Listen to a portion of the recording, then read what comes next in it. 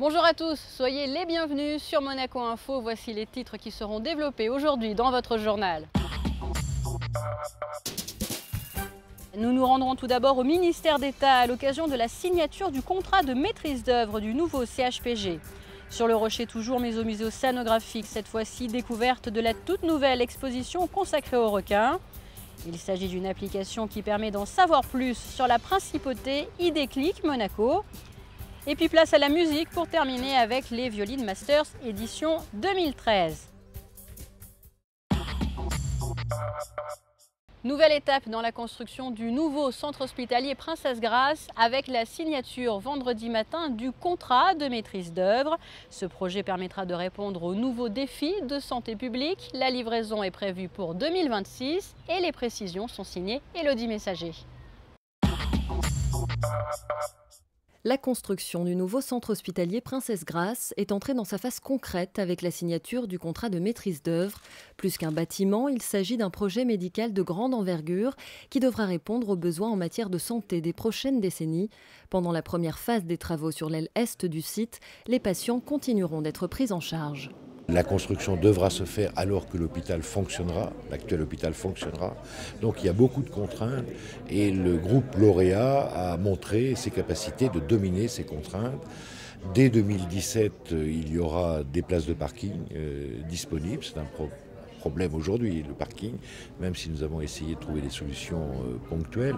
Et puis ensuite, en deux étapes, 2022-2026, le nouveau hôpital Princesse Grace ouvrira et offrira, je crois, d'excellentes conditions de soins à la population. Ce bâtiment, aux normes les plus avancées en matière environnementale, s'intégrera parfaitement dans le tissu urbain. Il permettra une meilleure fonctionnalité hospitalière.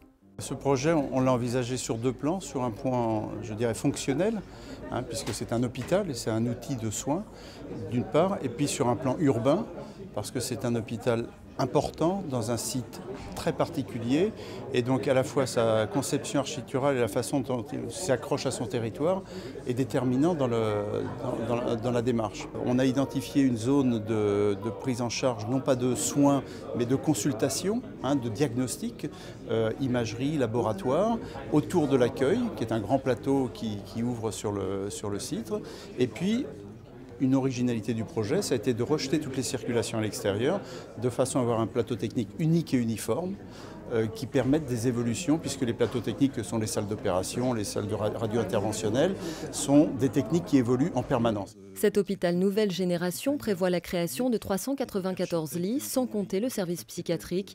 Il constituera avec le centre gérontologique Régnier 3 une offre de soins complète. Les études de conception seront lancées d'ici quelques semaines pour un démarrage des travaux prévu en octobre 2014. Dans le reste de l'actualité, nous vous en parlions au cours de notre précédente édition et nous vous dévoilerons le nom du lauréat lundi. Ernst & Young organise son congrès mondial ces jours-ci à Monaco afin de sacrer l'entrepreneur de l'année. Vous le découvrez sur ces images. Une réception a eu lieu à cette occasion à la résidence du ministère d'État. Réception en présence de son Excellence Michel Roger, de plusieurs personnalités monégasques et des membres de la compagnie Ernst & Young. Et quasiment au même moment, de l'autre côté du port, sur l'avenue d'Ostende, de nouveaux locaux étaient inaugurés en présence de son Altesse Sérénissime le Prince Albert de l'IM2S, locaux du Centre d'imagerie médicale. Retour à présent à Monaco-Ville et plus précisément au musée océanographique puisque le Temple de la Mer propose une toute nouvelle exposition. Elle a été inaugurée ce vendredi. On savait déjà que les requins étaient à l'honneur au cœur du lagon. Eh bien sachez qu'une exposition leur est consacrée. Découverte avec Christine Datomel.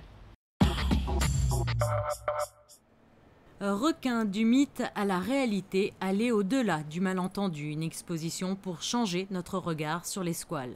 Dans notre imaginaire, le requin se limite souvent à une succession d'images effrayantes.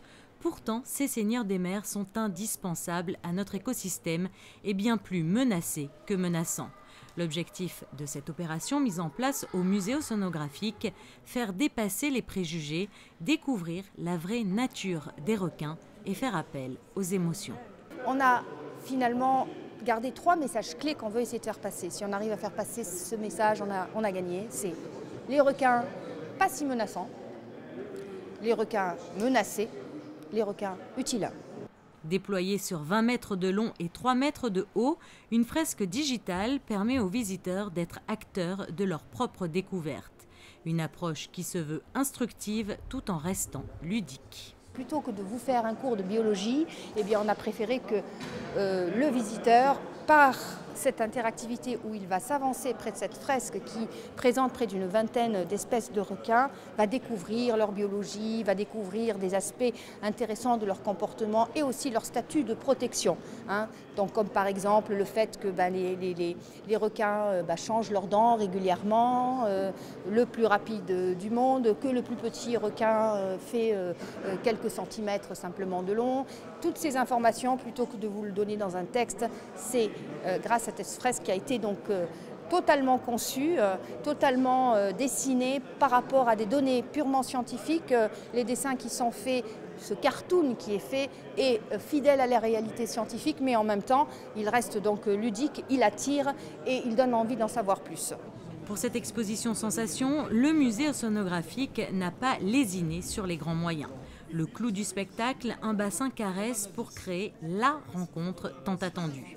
Le visiteur peut dépasser, s'il le souhaite, son appréhension et toucher les requins. On a 3 espèces de requins qui ont été placés dans la caresse et qui sont très dociles et qui permettront aux gens de pouvoir caresser un requin et avoir une approche particulière avec ces animaux.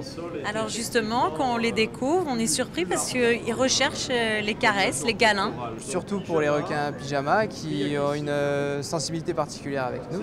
Lorsqu'on met la main dans l'eau, ils ont tendance à venir et se réfugier sous notre main.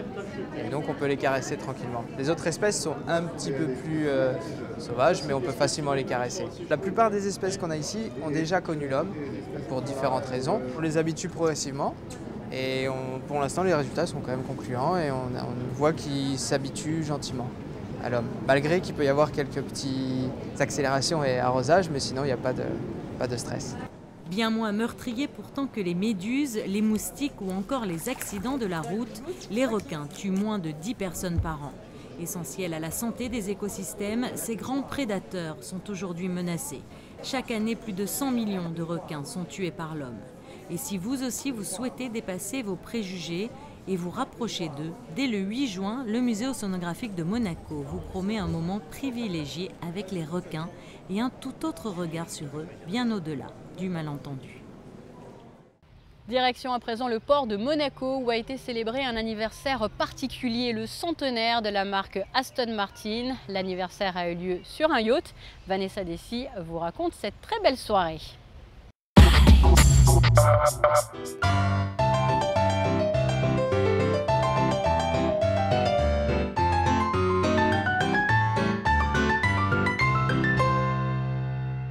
1913-2013, Aston Martin fête ses 100 ans. Cette marque de voitures de luxe au passé incroyablement riche célèbre son centenaire en principauté. Du premier modèle datant de 1913 à la dernière version sportive de la marque, la fameuse DB9, l'élégance et la beauté classique ont toujours fait l'unanimité. 573 chevaux, une carrosserie tout en carbone, la DB9 est un modèle aux caractéristiques hors normes. C'est la toute dernière V12 Aston Martin Vanquish qui est sortie il y a à peu près, il y a quelques mois, avec donc un V12, le plus puissant de la gamme. En fait, la gamme se décompose entre V8 et V12, et celle-ci évidemment le modèle le plus recherché, pas forcément le plus abouti, mais le plus sportif, le plus puissant. Aston Martin devient la filiale du britannique ProDrive dès 2007. À la tête de la société, un nom pour le moins connu, David Richards. Rappelez-vous, ce copilote avait remporté le championnat du monde des rallyes en 1981 aux côtés du Finlandais Harri Vatanen. ProDrive fabrique à l'époque des pièces détachées pour voitures de course et participe au championnat du monde de Formule 1 en 2008. Depuis sa création, Aston Martin a fait ses preuves dans le milieu du sport automobile. Aston Martin est très présent en compétition depuis quelques années. Il gagne beaucoup de courses, donc c'est aussi bon pour l'image de la marque. Pour l'instant, la Vanquish ne court pas en compétition. Ce sont surtout des V8 qui ont gagné beaucoup de courses ces derniers temps. C'est important pour prouver qu'Aston Martin n'est pas seulement une belle voiture, mais c'est aussi une voiture performante.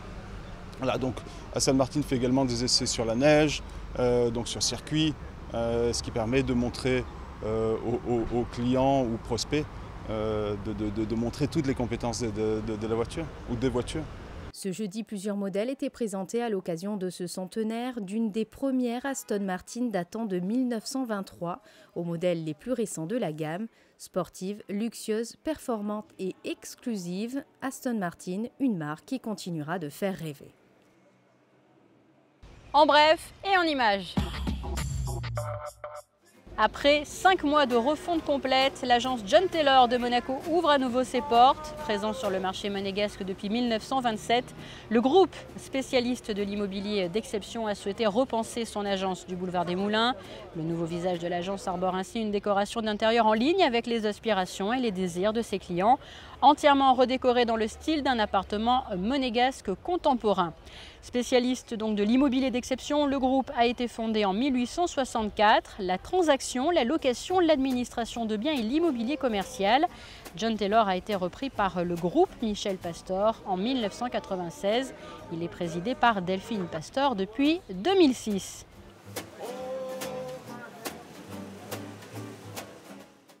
Autre découverte dans ce journal, nous allons à présent vous parler d'une application que l'on peut télécharger sur son ordinateur ou sur sa tablette numérique.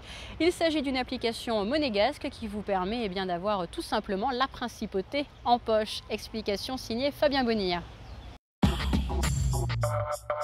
Idéclic Monaco, cette entreprise monégasque a vu le jour en 2010. Quelques temps plus tard, en avril dernier, une application pour smartphone est née, Clic Monaco. Son but, accéder à toute l'information de la principauté, mode d'emploi. Cette application va permettre aux résidents comme aux touristes d'avoir toute l'offre qui se passe à Monaco. Ça va passer pour le touriste par les musées, par tous les lieux touristiques, comme pour le local, le résident, on va dire, ou le pendulaire, celui qui vient travailler tous les jours à Monaco, d'avoir l'adresse du restaurant, le numéro de téléphone pour réserver, un shopping, un coiffeur, prise de rendez-vous, etc. L'idée elle est relativement simple. À Monaco, on n'avait rien à date qui est dans cette idée en fait, qui est référencée tout Monaco. Et vraiment l'idée c'est d'avoir tout Monaco au bout de son smartphone, dans son smartphone tout simplement. En à peine 2 mois, 2000 personnes ont téléchargé l'application. Elle est gratuite, que ce soit dans l'univers d'Apple ou celui d'Android. Pour le moment, les informations sont en français et en anglais. Une version sera disponible très prochainement en italien. Musique pour terminer avec le Monte Carlo Violon Masters 2013 qui se déroule sur la scène de la Salle Garnier. Samedi soir, un prix prestigieux sera remis, le prix Prince Régnier III. En attendant, présentation de cette édition avec José Sacré. Créé en 1989 par Jean-Marie Fournier, le directeur de la salle Gaveau à Paris, le World Music Masters est une compétition réunissant un nombre limité de candidats, tous finalistes de concours internationaux. Cette compétition, donc de très haut niveau, était d'abord réservée au piano. Elle s'est ensuite ouverte à la voix, puis au violon. Pour les Monte Carlo Violin Masters 2013, à l'issue de présélections qui se sont déroulées dans plusieurs pays, 12 candidats se sont affrontés salle Garnier de l'Opéra de Monte Carlo. 5 d'entre eux, un Russe, un Biélorusse, un Américain, un Japonais et une Japonaise, ont été retenus pour la demi-finale de ce jeudi 6 juin, jugés par d'éminentes personnalités du monde musical, parmi lesquels 4 violonistes, dont Renaud Capuçon, le président du jury. Ce qui est très intéressant, c'est de voir les personnalités des violonistes, d'écouter et de voir ceux qui créent un univers instantanément, ceux qui sont simplement très très forts. Bon, le niveau est magnifique, ici il y a vraiment, parce que c'est une sélection de sélection, donc c'est vraiment le haut du panier, mais en même temps, dans ces violonistes qui jouent très bien, vous en avez quelques-uns qui ont une personnalité qui ressort tout de suite. Et puis, au fur et à mesure qu'on les suit, là on en a entendu hier, et maintenant aujourd'hui on a une sélection, c'est intéressant de voir certains qui ont été magnifiques hier, qui sont un peu moins bien aujourd'hui, ou l'inverse. Donc c'est très intéressant et on apprend beaucoup. Après plus de 6 heures de musique, tard dans la soirée du jeudi 6 juin, le jury a choisi les 2 finalistes des Monte Carlo Violin Masters 2013. Il s'agit du Russe Nikita Borisoglebski, 28 ans, et de l'Américain Nigel Armstrong, 23 ans. Ils s'affronteront samedi soir, salle Garnier, accompagnés par l'Orchestre Philharmonique de Monte Carlo, sous la direction de Laurent Petit-Girard. Il n'y aura qu'un seul vainqueur. Il recevra le prix Régnier III, d'une valeur de 30 000 €, ainsi que des engagements de concert en France et à l'étranger.